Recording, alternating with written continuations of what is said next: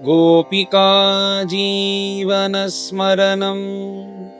गोविन्द गोविन्द। सद्गुरु विठल दास महाराज की जय। పరమ భాగవతోత్తముడైన మహాబలికి ఈ కోపం మదం అనేది ఉన్నందువల్ల ఈ మదాన్ని ఎలాగైనా అతని నుంచి మదాన్ని తీసుకోవాలి, మదం లేకుండా చేయాలి అంటూ భగవంతుడు ఇలాగా సర్వస్వం ఆ మహాబలి నుంచి స్వీకరించి ఇప్పుడు ఏమీ లేకుండా చేసి ఆ మహాబలిని ఇలా నిలబెట్టి ఈ మూడో అడుగుకి ఎక్కడ, ఈ మూడో అడుగు కోసం నువ్వు బదులు చెప్పాలి అని భగవంతుడు అడిగారు. ఇప్పుడు పైన ఆ భగవంతుని చూసి మహాబలి సంతోషంతో, ప్రభో మీరు ఏరు చేసినా కానీ సరి, మీరన్నీ నా సుఖం కోసమే చేస్తారు. అందరూ ఏమనుకుంటున్నారు, బయట నుంచి చూసేటప్పుడు మీరు వచ్చి నా సంపదలన్నీ తీసుకొని నాకు వచ్చి ఇలా శిక్షను ఇచ్చారు అని అందరూ అనుకుంటున్నారు. కానీ వాళ్ళకి ఎవ్వరికీ తెలియదు రహస్యమైన విషయం. మీరేమిటంటే మీరు నన్ను మీ దగ్గరికి తీసుకునేదానికి, నా అహంభావం అన్ని తొలగించేదానికి, నాలో ఉండే కష్మల బుద్ధిని తొలగించేదానికి ఈ లీలను చేసి మీరు తమ దగ్గర మిమ్మల్ని నన్ను తీసుకునేదానికే లీలను చేశారు నేను అనుకుంటున్నాను. అందుచేత నాకు ఒక్క క్షణం కూడా మీరు నన్ను ఇలా శిక్షించారు నేను అనుకోవటం లేదు. అలాంటి గొప్ప మూర్తి అయిన మీరు ఏది చేసినా సరే, కాలస్వరూపిగా ఉండే ప్రభువులైన మీకు ఏది ఇచ్చినా, మీరు రాజ్యాన్ని ఇచ్చే మీరు రాజ్యం తీసుకునే అంత హక్కు మీకు లేదా? అలాగా అని చెప్పి మీరు ఏది చేసినా కానీ నా యొక్క మంచి కోసమే చేస్తున్నారు అంటూ మనస్ఫూర్తిగా మహాబలి అని తర్వాత భగవంతుని చూసి, ప్రభో మీరు వచ్చి మూడో అడుగు ఎక్కడా, మూడో అడుగు ఎక్కడా అని వచ్చి నన్ను ఇలా వరుణపాశంతో కట్టారు కదా, ఈ వరుణపాశంతో మీరు కట్టినారు, మూడో అడుగు ఉందా లేదా అని మీరు వచ్చి మొదట నన్ను అడగాలి కదా, మూడో అడుగు ఉంది అని అన్నారు మహాబలి. మూడో అడుగు ఎక్కడా అంటే వెంటనే మహాబలి కన్నీరు కారుస్తూ ధారధారగా, ప్రభో ఏ చరణారవిందాన్ని అడవిలో తన యొక్క భార్యాభర్తలు అందరినీ త్యాగం చేసి మహాత్ములు ఆ అడవిలో ఏ చరణారవిందాన్ని ధ్యానం చేస్తున్నారో, ఏ చరణారవిందాన్ని వేదం వెతుకుతుందో, ఏ చరణారవిందాన్ని భాగవతులందరూ వెతుకుతున్నారో, ఏ చరణారవిందాన్ని ఉపనిషత్తు స్తోత్రం చేస్తుందో, ఏ చరణారవింద అనుగ్రహం కోసం దేవతలందరూ చుట్టూ వస్తున్నారో, ఏ చరణారవిందాన్ని పూజ చేయాలి, అర్చన చేయాలని చేతిలో కమలమును పెట్టుకొని మహాలక్ష్మి ఇలా ఎక్కడ సంచారం చేస్తుందో, అలాంటి చరణారవిందమైన గంగాజనకమైన ఆ చరణారవిందాన్ని నా తలపైన పెట్టి నన్నే మూడో అడుగుగా తీసుకోండి అంటూ సర్వస్వదానం తననే సమర్పించారంట మహాబలి. ఇలా మహావిష్ణువుతో అన్నారంట, నన్ను తీసుకోండి మూడో అడుగులాగా అంటూ మహావిష్ణువు దగ్గర ప్రార్థించారు మహాబలి. మీరు ఏది చేసినా సరే, మీరు నా సంపదను తీసుకున్నా సరే, తర్వాత నా యొక్క సర్వస్వము, నా యొక్క ప్రాణాలను తీసినా కూడా సరే, అన్నీ నా క్షేమం కోసమే మీరు చేస్తున్నారు. నేను తప్పు చేశాను, దానికి శిక్షిస్తున్నారే అనుకుంటానే తప్ప ఎప్పుడు వచ్చి నేను మిమ్మల్ని ఒక్క క్షణం కూడా నేను కోపించుకోను. అలాంటి కరుణామూర్తి అయిన మీరు నన్ను ఎందుకు ఇలా నిలబెట్టారంటే, నా దగ్గర ఉండే అహంభావాన్ని తీసేదానికి కదా ఇలా నిలబెట్టారు. మిమ్మల్ని వచ్చి చేరుకోవాలంటే సాధారణంగా వచ్చి చేరుకునేదానికి వీలవుతుందా? మా పితామహులైన ప్రహ్లాద స్వామి ఎంత కష్టపడ్డారు. ఎంత కష్టం అంటే, నువ్వు హరి అని చెప్పినావంటే నీ తల నరుకుతాను, నేను సముద్రంలో తోసేస్తాను, నేను పర్వతం పై నుంచి కింద పడేస్తాను అని చెప్పినా కానీ, ఏమి జరిగినా కానీ ప్రభు నీ హరినామం తప్ప నేను ఇంకటి ఏమి చెప్పను అని దృఢభక్తుడుగా ఉన్నందువల్ల కదా మీరు నరసింహస్వామిగా వచ్చి ప్రహ్లాద స్వామికి అనుగ్రహం చేశారు. మా పితామహులైన ఆ ప్రహ్లాద స్వామి యొక్క మనవడిగా పుట్టిన నేను వచ్చి మిమ్మల్ని మీ పట్ల కూడా అలాగనే ఉంటాను. నాకు తెలుసు మీరు ఎందుకు నన్ను ఇంత కష్టపెడుతున్నారు అంటే, నా దగ్గర అహంభావం అనేది ఉంది. ఆ అహంభావాన్ని పోగొట్టాలంటే నా దగ్గర ఉండే అన్ని సంపదలను తీసుకోవాలి. ఆ సంపదను తీసుకుంటేనే నాకు అహంభావం అనేది పోతుంది. అప్పుడే నేను ఉత్తమ భక్తుడిగా మారుతాను. నేను ఉత్తమ భక్తుడిగా నన్ను మార్చాలి, నా హితం కోసమే మీరు అన్నీ చేశారు అని మహాబలి మనస్ఫూర్తిగా అన్నారంట ఆ వామనమూర్తి దగ్గర. ఈ మహాబలి యొక్క భక్తిని చూసినామంటే మనకు ఆశ్చర్యంగా ఉంటుంది.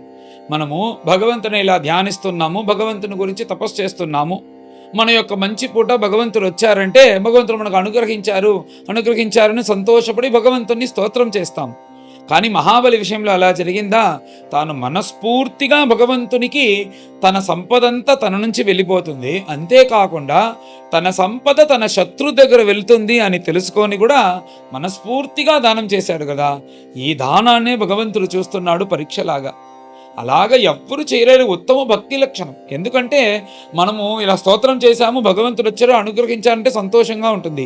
ఇలా మనస్ఫూర్తిగా నా దానం చేసిన తర్వాత కూడా అప్పుడు కూడా వరుణపాశంతో కట్టినప్పుడు కూడా మహాబలి ఒక్క క్షణం కూడా కోపించుకోకుండా, నువ్వు చేసింది అంది నా హితం కోసమే, నన్ను నీ భక్తునిగా మార్చేదానికి నువ్వు చేసినావే తప్ప నువ్వు చేసిన దాంట్లో ఏ తప్పు కూడా లేదు, నాపైనే తప్పు అని ఇలాగా తనని అనుకోవడం అనేది ఇది ఒక పెద్ద భక్తి లక్షణం. పాతేవా పాతాళే స్థాపయేవా సకల భువన సామ్రాజ్యే, నేను మర్చిపోను అంటూ నన్ను ఒక పాతాళం కంటే పాతాళంలో నువ్వు తోసినా సరే, లేకపోతే ఈ ప్రపంచానికంటా నువ్వు రాజుగా పెట్టినా సరే, అన్నీ నీ సంకల్పమే తప్ప నాకు ఇక్కడ ఉంటే నేను సుఖంగా ఉంటున్నాను, ఇక్కడ ఉంటే దుఃఖంగా ఉంటున్నాను అని ఏమీ లేదు. నా గురించి నువ్వు ఏది చేసినా కానీ నా హితం కోసమే చేస్తావు అనేది గొప్ప భక్తి లక్షణం. అందుచేత నా దగ్గర ఇప్పుడు అందరి దగ్గర చెడు గుణాలు ఉండేలాగా అహంభావం అనే చెడ్డ గుణం ఉంది. ఆ అహంభావాన్ని పోగొట్టాలంటే నా దగ్గర ఉండే సంపదను తీసుకోవాలి. ఆ సంపద లేకపోతేనే నాకు అహంభావం లేకుండా ఉంటాను, అప్పుడు నేను పరమ పవిత్రుడిగా అయిపోతాను. దాని తర్వాత నన్ను నీ దగ్గర తీసుకోవాలి అనే ఒక ఆశతోనే ఇలా చేసినావు. లోకంలో చూసేవారికి ఎలా ఉంటుందంటే నేను ఇలా తప్పు చేశాను, నన్ను శిక్షిస్తున్నామని అనుకుంటారు, కానీ అది కాదు అని భగవంతుని దగ్గర మహాబలి ఇలా మనస్ఫూర్తిగా అన్నారు. ఆ సమయంలో ఏమి ఆశ్చర్యం అంటే అక్కడ ప్రహ్లాద స్వామి వచ్చారంట. ఇలాగ మహాబలి దానమిస్తున్నాడు, మహావిష్ణువు తీసుకుంటున్నారు అన్న విషయం ప్రహ్లాద స్వామికి ముందే తెలుసు, కానీ రాలేదు. ఎవరి సంపదని ఎవరిచ్చేది, ఎవరి యొక్క ఐశ్వర్యం భగవంతుని యొక్క అది ఐశ్వర్యం కాబట్టే దానికి ఐశ్వర్యం పేరు, ఈశ్వరుని యొక్క సంపద కాబట్టి దానికి ఐశ్వర్యం అని పేరు. అలాంటిది భగవంతునికి వీడేమి ఇచ్చేది అని ప్రహ్లాద స్వామికి తెలిసినందువల్ల ఆ సమయంలో రాలేదు. ఇప్పుడు భగవంతుడు వరుణపాశంతో ఈ మహాబలిని కట్టి నిలబెట్టాడని తెలుసుకొని ప్రహ్లాద స్వామి వస్తున్నారు. సాధారణం మనకి ప్రహ్లాద స్వామి ఎలా ఉంటారు, నేను ప్రహ్లాద స్వామి అనుకునేటప్పుడు 5-6 ఏళ్ళు చిన్న ప్రహ్లాదునిగా కదా అందరికీ గుర్తొస్తుంది. అలాగా నరసింహస్వామి మెడలో దండ వేసి స్తోత్రం చేసింది కదా మనకు గుర్తొస్తుంది. ఇక్కడ వర్ణించేటప్పుడు ప్రహ్లాద స్వామి ఆజాన బాహులాగా పీతాంబరాన్ని ధరించుకొని పెద్ద కళ్ళతో కరుణారసముతో ఉత్తమ భక్తితో ప్రహ్లాద స్వామి నడుచుకుంటూ వస్తున్నారని బ్రహ్మనిష్ఠులు వర్ణించారు. అలా వచ్చిన వెంటనే ఇప్పుడు చూశారు మహాబలిని భగవంతుణ్ణి, ఇప్పుడు ఇదే సరి అనేట్టు చూశారంట. అలా వచ్చే ప్రహ్లాద స్వామిని ఎప్పుడు ప్రహ్లాద స్వామి చూసినా కానీ ఆయనకి నమస్కరించి అభివాదే చెప్పి పూజ చేస్తారంట ప్రహ్లాద స్వామి. ఎందుకంటే ప్రహ్లాద స్వామి యొక్క విలువ తెలిసిన వాడు మహాబలి. అలాగ పూజ చేస్తారంట ప్రహ్లాద స్వామి. అలా వచ్చిన ఆ ప్రహ్లాద స్వామిని ఈ సమయంలో పూజ లేకుండా ఉండే స్థితిలో ఉండేటప్పుడు శిరస్సులాగా ఇలా నమస్కరించి తాను తప్పు చేసినందువల్ల భగవంతుడు ఇలా శిక్షించాడని తెలుసుకొని సిగ్గుతో తలను కూడా ఇలా ఉంచుకొని ప్రహ్లాద స్వామిని చూసి ఇలా కొంచెం నిలబడుకోనట మహాబలి. అలా నిలబడుకోనేటప్పుడు నేరుగా భగవంతుని వచ్చి సాష్టాంగంగా నమస్కారం చేశారు ప్రహ్లాద స్వామి. మీరు చేసిందే సరి ప్రభు, ఎవరు సంపదని ఎవరికి ఇచ్చేది, లోకానాం ఏకమీశ్వరంని మీ దగ్గర వచ్చి అనొచ్చా? మీరే కదా ఈశ్వరులు ఈ ప్రపంచానికంతా. మీ దగ్గర వచ్చి ఇలా అన్నాడు కదా. ఇతని యొక్క అహంభావం పోవాలి. అహంభావం ఎప్పుడు పోతుంది? అతని సంపదను తీసుకుంటేనే పోతుంది. అందుచేత మీరు చేసిందే సరి, ఇతనికి మీరు శిక్ష ఇచ్చిందే సరి, మీరు ఏది చేసినా కూడా సరి. మాలాంటి వాళ్ళందరికీ మీరు ఏమి ఇచ్చినా కాదు సరేనే మేము అనుకుంటాము. ఎందుకంటే మాకు ఇదే హితమని మీకు తెలియదా? మాకు ఏది చేస్తే అది సరిగ్గా ఉంటుందని మీకు తెలియదా? ఏది ఇచ్చినా కానీ, సుఖం ఇచ్చినా కానీ మీరు వచ్చి మాకు ఇది ఉండాలని ఇచ్చారు, దుఃఖం ఇచ్చినా కానీ ఇది ఉండాలని మీరు ఇచ్చారు. అందుకోసం రెండుటిని సమానంగా చూసేవాడే ఉత్తమ భక్తుడు. అందువల్ల మీరు ఏది ఇచ్చినా కానీ మీరు ఇచ్చిందే సరి అంటూ మహాబలిని కాపాడు అని కూడా ప్రహ్లాద స్వామి అనలేదు. ఇలాగ ప్రహ్లాద స్వామి చెప్పారు. తర్వాత అక్కడి నుంచి మహాబలి యొక్క సంసారమైన వింధ్యావళి వచ్చి వామనస్వామి దగ్గర కొంచెం భయంతో ప్రార్థన చేసింది. ప్రభో, మీరే లోకానాం ఏకమీశ్వరులు, అది అందరికీ తెలుసు. కానీ నా భర్త ఏదో ఒక అహంభావంతో అన్నారు. ఈ అహంభావం పోగొట్టాల్సింది మీ యొక్క బాధ్యత. నాకంటే మీకే ఎక్కువ బాధ్యత ఉంది నా భర్త పట్ల, కానీ నా భర్తను కాపాడాలి అంటూ వింధ్యావళి కూడా ఇలా ప్రార్థన చేసింది. ఇవన్నీ ఇక్కడ జరుగుతుందా? పైన బ్రహ్మదేవులు సత్యలోకం నుంచి దీన్ని చూశారు. వెంటనే బ్రహ్మదేవుడికి చాలా బాధంట. ఇలా మహాబలిని కట్టింది నచ్చలేదు. అందుచేత నేరుగా బయట అక్కడి నుంచి వచ్చి వామనమూర్తి దగ్గర వచ్చి పైన బ్రహ్మదేవులు మహాబలి తరపున ఉండి వాదించేదానికి వచ్చారు. ప్రభో, మీరు ఇతన్ని వర్ణపాశంతో కట్టింది తప్పు. ఎంత మనస్ఫూర్తిగా తన సంపద, తన రాజ్యమంతా శత్రువుకి పోతుందని తెలుసుకొని, తన సంపద సర్వస్వం పోతుందని తెలుసుకొని, మనస్సులో ఏ వికారము పెట్టుకోకుండా తన మనస్ఫూర్తిగా దానం చేశాడు కదా. అలాంటి దానం చేసిన వాడిని మీరు వర్ణపాశంతో కట్టచ్చా? అందుచేత అతను మీరేమడిగారు? 3 అడుగులు అడిగారు. 1 అడుగుతో భూమిని మీరు తీసుకున్నారు, ఇంకో అడుగుతో సత్యలోక పర్యంతం ఉండే స్థలాన్ని తీసుకున్నారు. 3వ అడుగు కూడా అతను ఇచ్చేశాడు. నా తల పెట్టుకొని నన్నే మీరు స్వీకరించండి 3వ అడుగుగా అని అన్నాడు కదా. ఇలా 3 అడుగు ఇచ్చేశాడు కాబట్టి ఇతని పైన మీరు శిక్షించకూడదు అంటూ మహాబలి తరపున వచ్చి కొంచెం ఎప్పుడు బ్రహ్మదేవులు వచ్చి వినయంగానే మాట్లాడతారు మహావిష్ణు దగ్గర.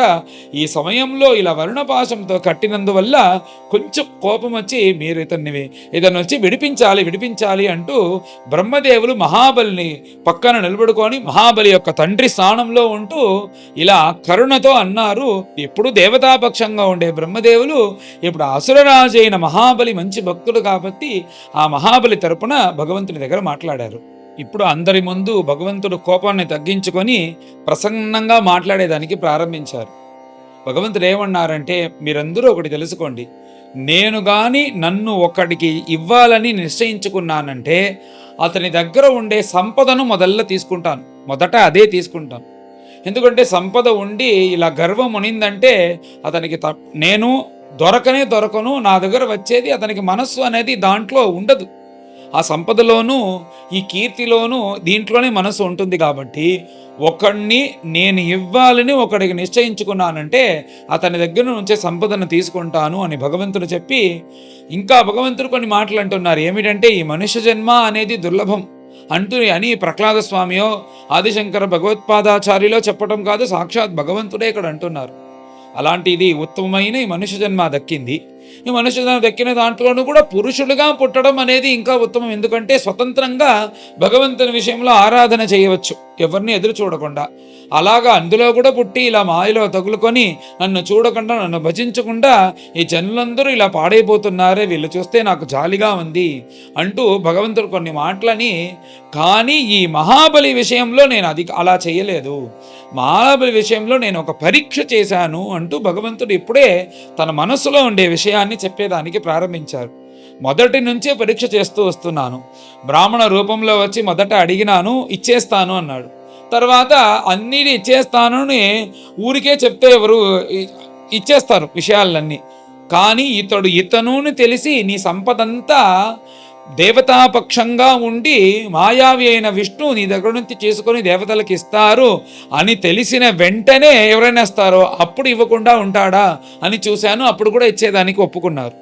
దాని తర్వాత శుక్రాచార్యులు వచ్చి ఎన్నో విధంగా ఉపదేశం చేశారు. నువ్వు అబద్ధం చెప్పు, తప్పులేదు అని. నేను ఇచ్చేస్తాను అని చెప్పిన తర్వాత అబద్ధానికంటే ప్రమాదం ఈ ప్రపంచంలో ఏమి లేదు, నేను ఇవ్వనే పోతాను అని అప్పుడన్నాడు. అప్పుడు ఆ పరీక్షలో గెలిచేశాడు. అప్పుడు కూడా తర్వాత శుక్రాచార్య శపించిన తర్వాత నేనేమి చేసినాను, ఈ 3 అడుగుల్ని తీసుకొని వరుణపాశంతో కట్టాను. అప్పుడైనా ఇతనికి కోపం వస్తుందా అని చూశాను. అప్పుడు కూడా కోపం రాలేదు. తర్వాత 3వ అడుగు ఎక్కడా అని ఇలాగా అతన్ని హీనుడిగా నిలబట్టి ఇలా ఉండే సమయంలోనైనా ఇతని కోపం వస్తుందో అని అనుకున్నాను. అప్పుడు కూడా కోపం రాలేదు. ఎందుకంటే మనకు సాధారణంగా భగవంతుని ఇలా ధ్యానం చేసి భగవంతుడు వచ్చారంటే సంతోషంగా ఉంటుంది. అలాంటి భగవంతుని ధ్యానం చేసి తపస్సు చేసిన తర్వాత భగవంతుడు వచ్చి మనల్ని శిక్షించేలాగా వరుణపాశంతో కట్టి అది ఇవ్వలేదు ఇది ఇవ్వలేదు అని అడిగినంటే ఎంత కోపం వస్తుంది. ఇదన్నీ భగవంతుడు పరీక్ష చేసేదానికి వచ్చారంట. మహాబలి విషయంలో ఇలాగ పరీక్ష చేసినప్పుడు ఉత్తమ మనస్సుతో పెట్టుకొని అన్ని విషయాల్లోనూ 100కి 200 మార్కులు తీసుకొని అన్నిట్లోని గెలిచాడు ఈ మహాబలి. నా మనస్సుని గెలిచాడు. ఇతన్ని పరీక్షించేదానికే నాటకంలాగా నేను ఇవన్నీ చేశాను. ఎప్పుడైనా ఒక సమయంలోనైనా కోపించుకుని ఏదైనా తిడతారో అని అనుకున్నాను. కానీ ఏ సమయంలోనూ అలా అనుకోకుండా ఇంకా కూడా మనస్ఫూర్తిగా భగవంతుడు చేసేదన్నీ నా హితం కోసమే అని ఉత్తమ భక్తుడిగా ఉన్నందువల్ల ఈ మహాబలి నా మనస్సుని గెలిచాడు. అందుకోసమే నేను ఇలా అన్నాను అంటూ భగవంతుడు అన్నారు. ఎందుకంటే భగవంతుడు వెళ్ళి చేరుకోవడం అనేది సాధారణ విషయం కాదు. మనకి ప్రపంచంలో చాలా కష్టమైన విషయం, ఇన్ని పరీక్షలన్నీ దాటుకుంటూ వెళ్ళాలి అంటేనే మనకు భయం వేస్తుంది. మనకిన్ని పరీక్షలు వస్తుందా అని. మనం ఇప్పుడు భయపడక్కర్లేదు. ఇవన్నీ ఎంఎస్, పిహెచ్డి, డిగ్రీ తర్వాత చదివే చదువుల్లాగా మనం ఇంకా ఎల్కేజీ యూకేజీలోనే ఉన్నాం. ఆ తర్వాత ఇవన్నీ అయిన తర్వాత ఆ సమయంలో వెళ్ళేటప్పుడు భగవంతుడు మనకు కూడా ఆ శక్తిని ఇస్తాడు. ఇలాగ భగవంతుడు పరీక్షించి తనని ఇవ్వాలి కదా. తనని ఇచ్చేదానికి ముందు ఇంత పక్వం ఉందా అని చూసుకొని ఇవ్వాలనుకున్నారు. అంత పక్వం వచ్చిన మహాబలికి చూసి సంతోషపడి నా మనస్సుని గెలుచుకున్నాడు అని వరుణపాశమంతా విప్పి ఆ మహాబలిని ఆలింగనం చేసుకొని, హే మహాబలే, ఎంత మనస్ఫూర్తితో నువ్వు దానం చేసినావో అది చేసినందువల్ల నీకు ఈ దేవతల యొక్క స్వర్గం ఏమిటి, దీనికంటే 100 రెట్లు సుఖంగా ఉండే ఒక లోకాన్ని నీకు అక్కడ సిద్ధం చేసి పెట్టున్నాను, అది నీకు ఇస్తాను. అంతేకాకుండా వచ్చే మన్వంతరంలో సావరణి మంత్రంలో నువ్వే ఇంద్రుడివి. ఈ పురంధరుడు అనే ఇప్పుడు వైవస్వత మన్వంతరంలో ఈ ఇంద్రుడి దగ్గర నుంచి ఇంద్రపదవిని తీసి నీకిస్తాను. నువ్వు ఇంద్రుడిగా ఉండు, నీ పక్షంగా ఉండి నేను నిన్ను గెలిపిస్తాను, తర్వాత నన్ను వచ్చి చేరుకుంటావు అని చెప్పి ఈ సుతలలోకం గురించి చెప్పేదానికి ప్రారంభించారు. ఆ సుతలలోకం ఎలాగుంటుంది అంటే దాంట్లో అవమానం లేదు, దుఃఖం లేదు, నష్టం లేదు, వ్యాధులు లేదు, తర్వాత ఏ అమంగళము లేదు, ఏ నెగటివ్ విషయాలు లేదంట దాంట్లో. అలాంటిది వైకుంఠ సదృశమైన ఒక విమానాన్ని నిర్మాణం చేశాను. దాంట్లో దేవతల సహితం వాళ్ళు కూడా మేము కొంచెంసేపు ఈ లోకంలో ఉంటాము అని ఆశగా ఉండేదానికి వస్తారంట. వాళ్ళకి అనుమతి లేదంట, ఎవ్వరికీ అనుమతి లేదు ఆ సుతల లోకంలో. అది నా సొంతం. నేను ఇలాంటి ఉత్తమ భక్తుల కోసం అనుగ్రహం చేసేదానికి ఒక లోకాన్ని ఉంచాను, అది సుతల లోకం. ఆ సుతల లోకంలో వైకుంఠ సదృశంగా ఒక విమానాన్ని కట్టి దాంట్లో నువ్వు వచ్చే సావర్ణి మన్వంతరం వచ్చేదాకా నువ్వు దాంట్లో ఉండబోతావు, నేనే వచ్చి స్వయంగా నీకు కాపులా కాయబోతాను అంటూ భగవంతుడి అనుగ్రహం వేరే చేసినారంట. నువ్వు ఇలా వచ్చినందువల్ల నువ్వు ఏమి నాకు రుణబద్ధుడివి కాదు, నీ రుణమంతా తీరిపోయింది, నేను నీకు రుణవంతుడిగా అయిపోయాను. ఈ రుణం తీర్చేదానికి నేను నీకు కాపులా కాచి నిన్నక్కడ కాపాడబోతాను అని ఒక అనుగ్రహం చేసి నువ్వు పైన వింధ్యావళిని పిలిచి అన్నారు భగవంతుడు, నువ్వు అన్నావు కదమ్మా ఇలాంటి నా నాథుడు ఇలా కష్టపడుతున్నాడే అని, నువ్వు కూడా సర్వస్వదానం చేశావు కదా, అందుచేత ఈ దేవతలు కూడా ఏ లోకాన్ని ఆశపడుతున్నారో అలాంటి వైకుంఠ సదృశమైన లోకంతో నీ యొక్క సంతానం, నీ బిడ్డలతో పాటు మీ అసురులతో పాటు అందరూ మహాబలికి కావాల్సిన వాళ్ళందరూ సంతోషంగా మీరు ఆ సుతల లోకంలో మహాబలితో పాటు మీరు అక్కడ ఉండాలి అని అనుగ్రహం చేశాను వింధ్యావళి దగ్గర భగవంతుడని. ఇలాగ నేను ఇతన్ని పరీక్ష చేసేదానికే ఇలాగ చేశాను అని మహాబలిని ఆలింగనం చేసుకొని వెళ్ళి నువ్వు సుతల లోకంలో ఉండు, నేనే కాపులా కాస్తాను అంటూ భగవంతుడు అనుగ్రహం చేసి ఈ మహాబలిని పంపించారు. అలాగా భక్తాభిమాని ఏది చేసినా కానీ దానికి ఒక కారణం ఉంది అనేటట్టు మనకి చూపించేలాగా ఈ అధ్యాయం అనేది ఉంది. అందుచేత అంత పరమ భక్తుడైన మహాబలికి పరమ కరుణామూర్తి అయిన భగవంతుడు తన వైకుంఠానికి సదృశమైన సుతలలోకంలో ఒక అంతఃపురాన్ని నిర్మాణం చేసి తానే కాపులా కాచుకుంటూ భక్తుడికి అనుగ్రహం చేశారు అనే దాంతో ఈ అధ్యాయం అనేది పూర్తవుతుంది.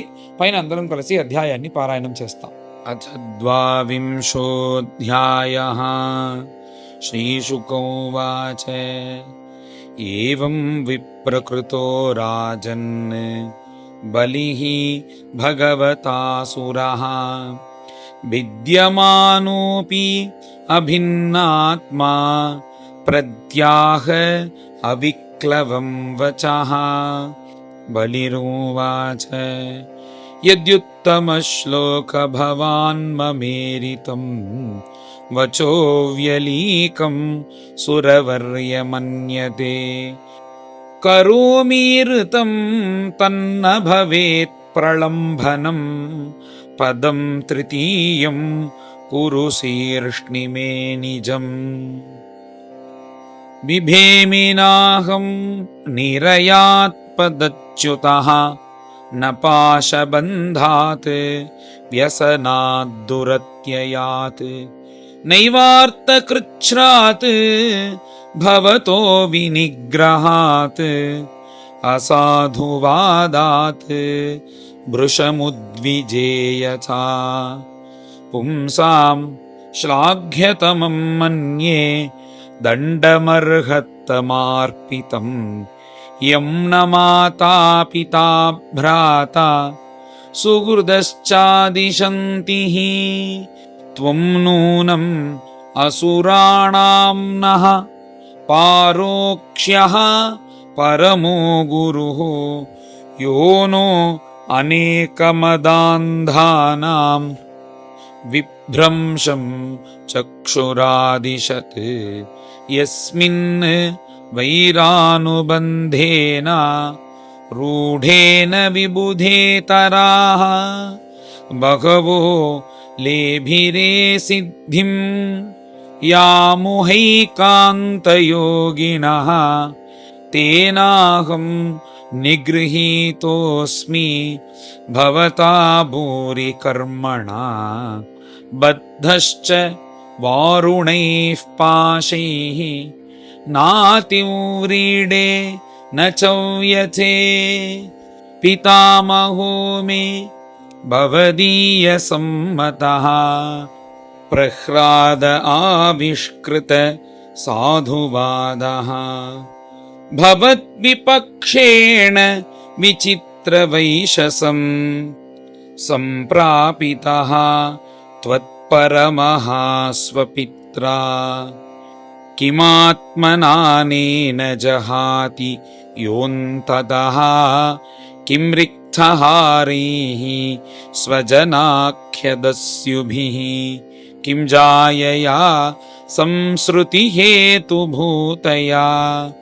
मर्त्यस्य गेहैः किमुहायुषो व्ययः इत्थं स निश्चित्य पितामहो महान् अगाधबोधो भवतः पादपद्मम् ध्रुवं प्रपेदे ह्यकुतो भयं जनात् भीतः स्वपक्षक्षपणस्य सत्तमः अथाहमपि आत्मरिपोस्तवान्तिकं दैवेन नीतः प्रसभं त्याजितश्रीः इदं कृतान्तान्तिकवर्ति जीवितं यया ध्रुवं स्तब्धमतिर्न बुध्यते।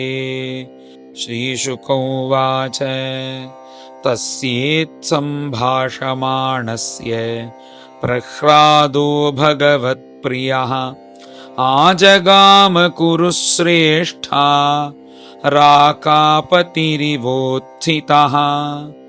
तमिन्द्रसेनः स्वपितामहं श्रिया विराजमानं नलिनायते क्षणम् प्रांशुं पिशङ्गाम्बरमञ्जनत्विषं प्रलम्बबाहुं सुभगं समैक्षता तस्मै बलिः वारुणपाशयन्त्रितः समर्हणं नोपजहार पूर्ववत् ननाम मूर्ध्नाश्रु विलोललोचनः सव्रीडनीचीनमुखो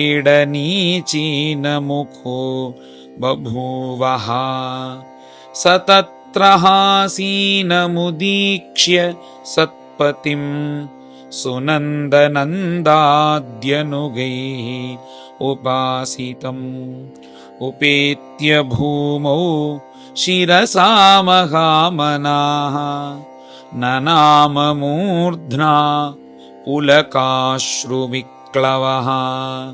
प्रह्लादोवाच त्वयैव दत्तं पदमैन्द्रमूर्जितं हृतं तदेवाद्य तथैव शोभनं मन्ये महानस्य कृतो ह्यनुग्रहः विभ्रंशितो यच्छ्रिय आत्ममोहनात् यया हि विद्वानपि मुह्यते यतः तत्को विचष्टे गतिमात्मनो यथा तस्मै नमस्ते जगदीश्वराय वै नारायणाय अखिललोकसाक्षिणे।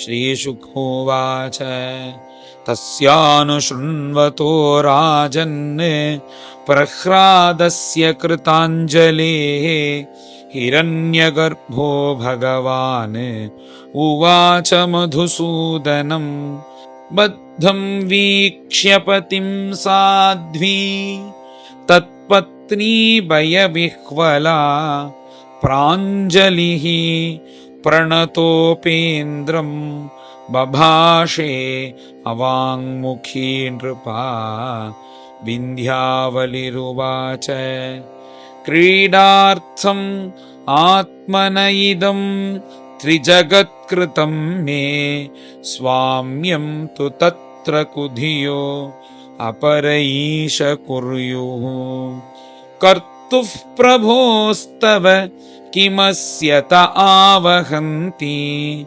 त्यक्तह्रियः त्वदवरोपित कर्तृवादाः ब्रह्मोवाच